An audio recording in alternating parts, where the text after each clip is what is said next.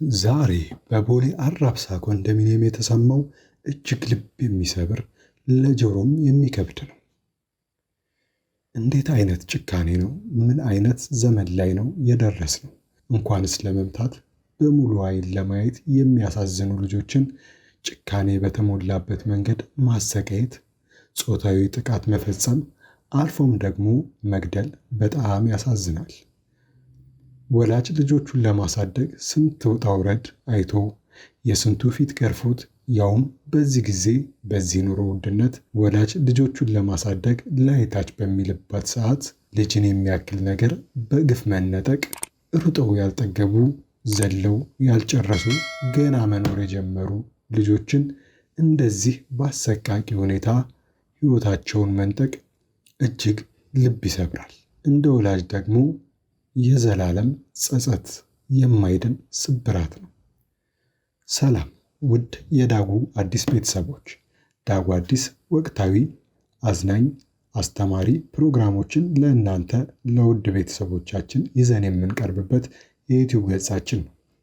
እናንተም ለቻናላችን አዲስ ከሆናችሁ ፔጁን ሰብስክራይብ በማድረግ እንዲሁም ቤተሰብ ከሆናችሁ ላይክ በማድረግ እንድትጀምሩ እያበረታታን በዛሬው መረጃችን እጅግ ልብ የሚሰብር የሕፃን አብዱል ጀሊል አብዲ ላይ የተፈጸመ ኢሰብአዊ ግድያና ቤተሰቦቹ አሁን ስላሉበት ሁኔታ ዝርዝር መረጃዎችን ይዘንላችሁ መጥተናል።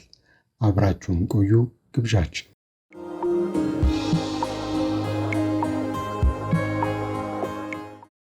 ዛሬ ከወደ አራብሳ የተሰማው ዜና እጅግ በጣም ያሳዝናል። አንገቱን ቀጭተው ገድለው ወንዝ ዳር ጣሉት። ከሰው እንዳልተፈጠሩ የሰው ልጅ ላይ ይህን ያህል ጭካኔ! ሕፃን አብዱል ጀሊል አብዲ ይባላል። የ7 ዓመት ሕፃን ሲሆን መስከረም 17 ክርስቲያን ጎረቤት ጓደኞቹ ጋር ዶሮ ስላየ አራስ ለሆነችው እናቱ እማዬ ለእኔም ዶሮ ግዢ ብሎ ከተማጸናት በኋላ ቦሌ አራብሳ ከሚገኘው ኮንዶሚኒየም ቤታቸው ወጥታ ገዝታለት ትመለሳለች። እናትም ዶሮውን እቤት ካስገባች በኋላ ልጇን ሕፃን አብዱል ጀሊልን ብትጠራውም ልታገኘው አልቻለችም። ሕፃን አብዱል ጀሊል ለወላጆቹ የመጀመሪያ ልጅ ሲሆን እንደ ወላጅ ብዙ ያዩበት፣ ብዙ የተፈተኑበት፣ የሕይወትን ትርጉም ያስተዋሉበት እንቁና ውድ ልጃቸው ነበር።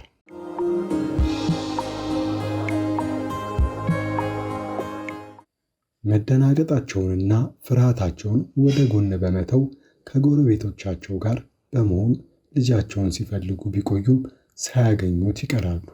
በኋላም ነገሩን ወደ ማህበራዊ ሚዲያ ይዘውት በመምጣት እባካችሁ ልጃችንን አፋልጉልን በማለት በፌስቡክ ገጻቸው የጠፉ ሰዎችን በማፈላለግ ወደሚታወቁት ወደ ባዩሽ ኮልፌ የፌስቡክ ገጽ ልጃቸውን ለማፈላለግ መጥተው ነበር።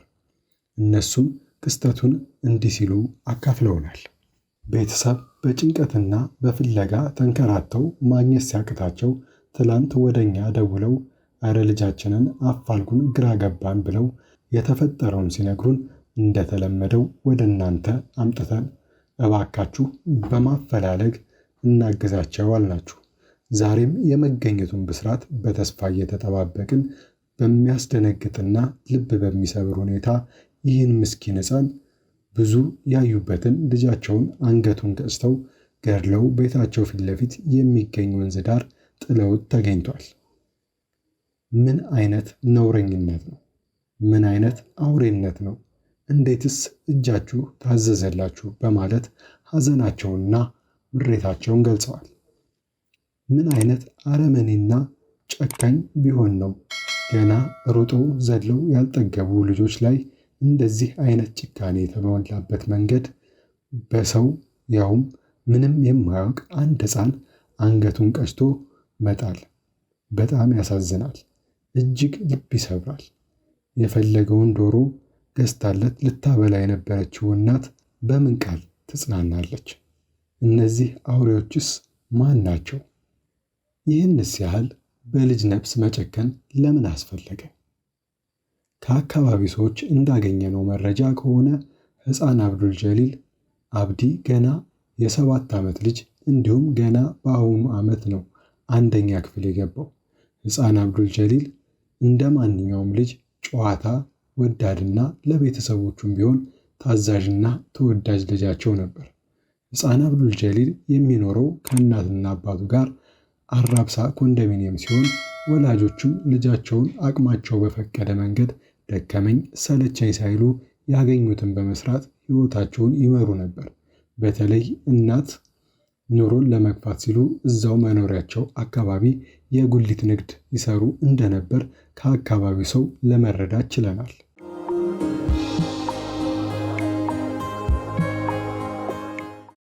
በአሁኑም ሰዓት አባት ሐዘናቸውን መቋቋም አቅቷቸው ሆስፒታል የገቡ ሲሆን እናት ግን ከራሳቸው ማለትም ከቀልባቸው አለመሆናቸውን ተገንዝበናል። አሁን እነኚህን ወላጆች ምንስ ቃል ያጽናናቸዋል? የቱስ ፍርድ ልጃቸውን ይመልስላቸዋል? ፍርዱንም የሚያምሉት አምላካቸው ይስጣቸው እንላለን። የሕፃን አብዱል ጀሊል ነፍስ አላህ በጀነት ያኑር እያልን ለቤተሰቦቹ መጽናናትን እንመኛለን። ከቀን ወደ ቀን የሕፃናት መታገት እንደ ዘበት የምንሰማው ነገር ሆኗል። ውድ የዳጉ አዲስ ቤተሰቦች ጊዜው እጅግ ከፍቷልና ልጆቻችሁን ከቤት ወጥተው በሚጫወቱበት ወቅት ከዓይናችሁ በማይሰወሩበት ሁኔታ ቢሆን መልካም ነው እያለን የዛሬውን በዚህ አበቃን። እናንተም የተሰማችሁን ሐሳብ አስተያየት ነፍስ ይማር እያላችሁ በሐሳብ መስጫ ሳጥን ውስጥ አጋሩን። ዳጉ አዲስ ታማኝ የመረጃ ምንጭ ዳጉ